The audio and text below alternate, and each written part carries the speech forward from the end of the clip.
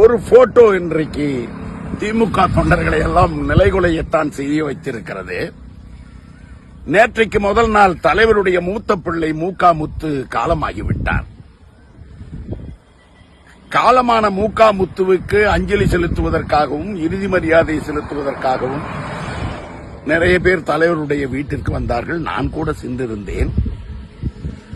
ஆனால் அன்றைக்கு அந்த நிகழ்வுக்கு வராத சீமான் நேற்று தலைவரை போய் பார்த்திருக்கிறான்.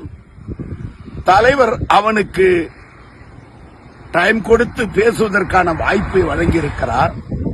தலைவரோடு நம்முடைய இளைய தலைவரும் அமர்ந்து கொண்டு அவர்களோடு சரிசமமாக உட்கார்ந்து கொண்டு சீமான் துக்கம் விசாரித்திருக்கிறான். இது தமிழர் பண்பாடுதான். ஆனால் சீமான் யார்?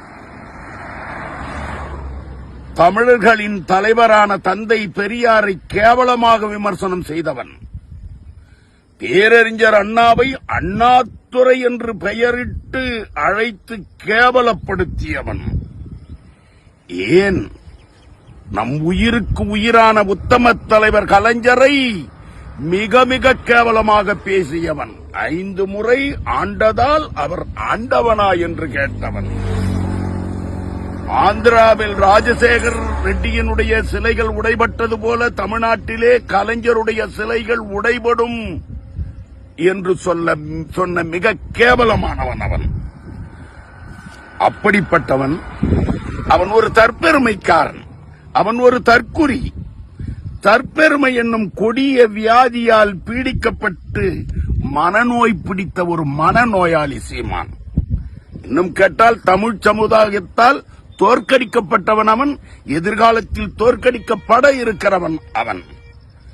என்றாவது வெற்றியை பெறுவோம் என்ற நம்பிக்கையில் பேசிக் கொண்டிருக்கிற ஒரு பைத்தியக்காரன் என்றே சொல்லலாம் அவனை. நிதானம் இல்லாமல் பேசுபவன், அநாகரிகமான அரசியல்வாதி.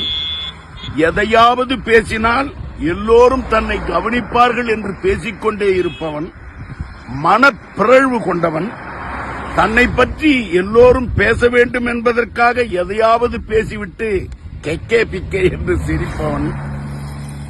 அப்படிப்பட்ட அயோக்கியன் நேற்று தலைவரை போய் சந்தித்திருக்கிறான். அரசியலை பொறுத்தவரை கொள்கை எதிரிகள், பண்பாட்டு எதிரிகள் என்று இருக்கலாம். ஆனால் சீமானை போன்ற, சீமானோடு வந்தானே வேல்முருகன், அவனை போன்றவர்கள் அவதூறுகளையே ஆயுதங்களாக கொண்ட அற்ப பிறவிகள் அவர்கள். அவர்களை சமமாக உட்கார வைத்து பேசுவது சரியா என்று தமிழ்நாட்டிலே இருக்கிற அத்தனை தொண்டர்களும் கேட்கிறார்கள். நண்பர்களே, நான் 40 வருடமாக தளபதியை நெருக்கமாக கவனித்து வருபவன். அவரோடு பல காலங்களிலே அவரை ஒட்டி பயணப்பட்டவன்.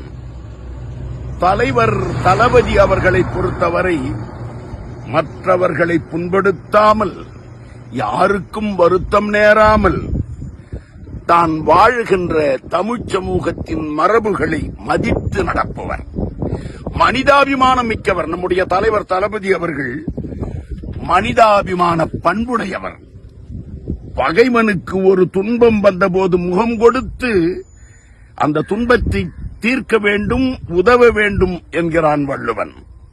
பகைவனுக்கு அருள்வாய் நன்னெஞ்சே என்கிறார் பாரதியார். இன்னா செய்தாரை ஒருத்தல் அவர் நான நன்னயம் செய்து விடுவதுதான் சரி என்கிறார் திருவள்ளுவர்.